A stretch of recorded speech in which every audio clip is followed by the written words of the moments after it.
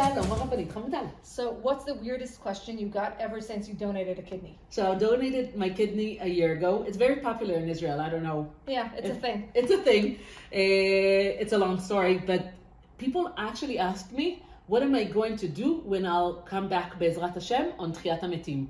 Because then I'll be lacking one of my kidneys, and my kidney, Baruch Hashem, exists, and it's walking around with Tatiana, who got my kidney, and people ask me, so who's going to get the kidney when you'll come back? He, she, or you? That's so weird. And I was like, I don't know, but I'm fine with it, because if I can live with one kidney, I can come back with one kidney. I also got questions whether or not you're allowed to donate your organs after you're dead because of Tchiyat HaMetim. And I said, of course, you could do that. Why not? Why? Because you're saving someone who's ill, who's at risk, risking his life. So by saving someone, already dead. And you're already dead. So of course you're allowed to, and we encourage that actually. Yes.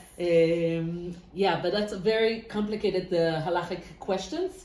But it's interesting because Tchiyat HaMetim, the revival of the dead, is something that we're not used to learn about, and it's something that we don't know much about it, and it's something that you push to the side, and you're like, oh, I don't know, whatever. And all of a sudden, in Masechet Sanhedrin, we get to the final chapter, Perek Chelek, which is very different from anything we've seen in the first 10 prakim.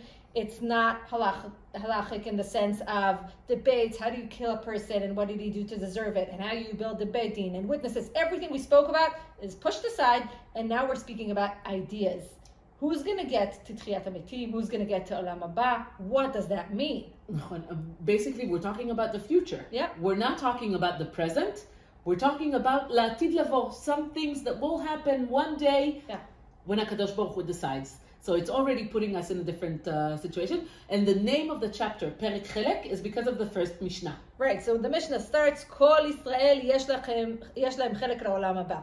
Everyone in Israel deserves to get to Olam Haba, except for, and then the Mishnah switches, except for the people who do not believe in the three basic notions, right? The ones who don't believe in Tchiyat HaMetim, the ones who don't believe Torah was given by Hashem from the sky, and apikosim, people who don't believe in God, in the whole system. So we're going to see exactly what's the definition of apikoris.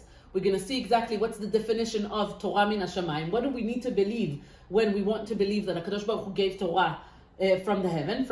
We just read about it in Parashat Shavua throughout the book of Shmot. So what exactly do we need to believe? What does it mean? But now we're talking about the first topic, which is Tchiyat HaMetim. Which is very difficult to understand, very vague in so many people's minds.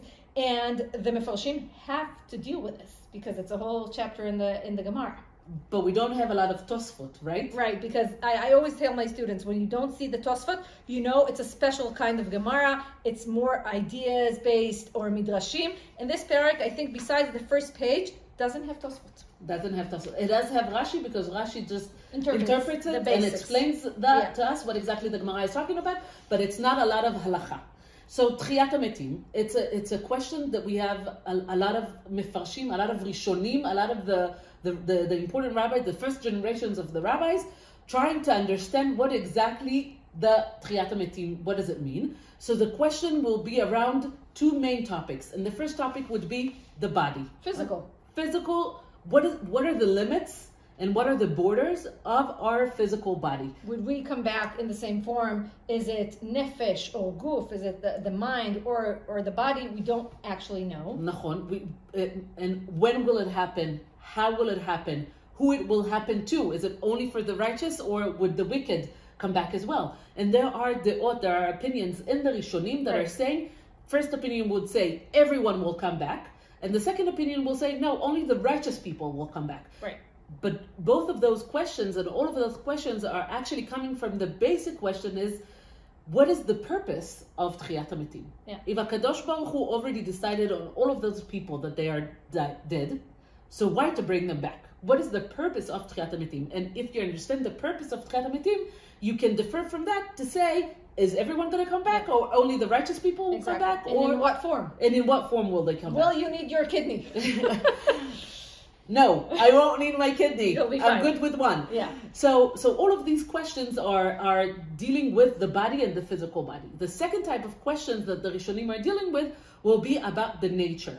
the world as we know it has rules in which he physical rules. Everything works in a system, and maybe the whole thing will change. And Hashem will, I don't know, spread it, stretch the time, the rules, and the place, and however people live about the planet. Will everything change or not? Because the basic emunah is that HaKadosh Baruch Hu has the ability to do whatever he wants. So if he wants all the dead to put their body back and to come back, he's able to do it. The question is, does that what HaKadosh Baruch Hu wants? Is that like the plan of the world, is to have another world in which all the dead will come back? Like it sounds like a Netflix, kind of a Netflix movie. And a lot of people said that the Rambam had a different perspective on the matter, and that maybe he did not believe Chas v'Shalom in Tchiyat HaMetim. So the Rambam sits down and why did they thought it? Because in Perek Chelek, when he writes about Perek Chelek, he doesn't describe exactly what's going to happen in Tchiyat HaMetim. Yeah, it's kind of vague in the Rambam's writing. So he writes a whole book, Igeret Tchiyat HaMetim, which he says, of course I believe in Tchiyat HaMetim, but I'm not going to tell you exactly what will be there and how. So Rambam chooses to keep it vague. Yeah. And not to say specifically what does he think Tchiyat HaMetim would look like, or when it will happen, or how it will happen. Right. But what Rambam is emphasizing is that it's important to believe in Tchiyat HaMetim. Yeah. What exactly do we believe in? That's a good question. I'm not really sure. Right. Maybe if we'll learn all the Perek, we'll know a bit better. But all the Perek is discussing topics and issues and questions that are arising from Tchiyat HaMetim. And basically what they're trying to say, the rabbis in the Gemara, the Tanaim and the Amoraim, trying to look for psukim from the Chumash to give us evidence that Tchiyat HaMetim is from Chumash. I love it that the whole chapter is very philosophical, because we often talk about tzaddik v'ra lo, rasha v'tov lo. How come we don't see consequences to everything that people do in this world? And I think that Chazal and the Tanaim and Amoraim are trying to tell us this is not the end. We don't know exactly what will be the next chapter, but our lives as we know them are not the end. Not everything that we see is sachar ve'onesh, our consequences, because we will have olam haba. But I'm on the Rambam side. I don't know exactly how it's going to look and when, and will time stretch and people will change. I don't know. I think it's okay to believe in it, even if we can't describe exactly what will happen. I think it's beautiful to think that there's always a place to do tikkun, like to correct ourselves and to continue to correct ourselves and to continue to do better.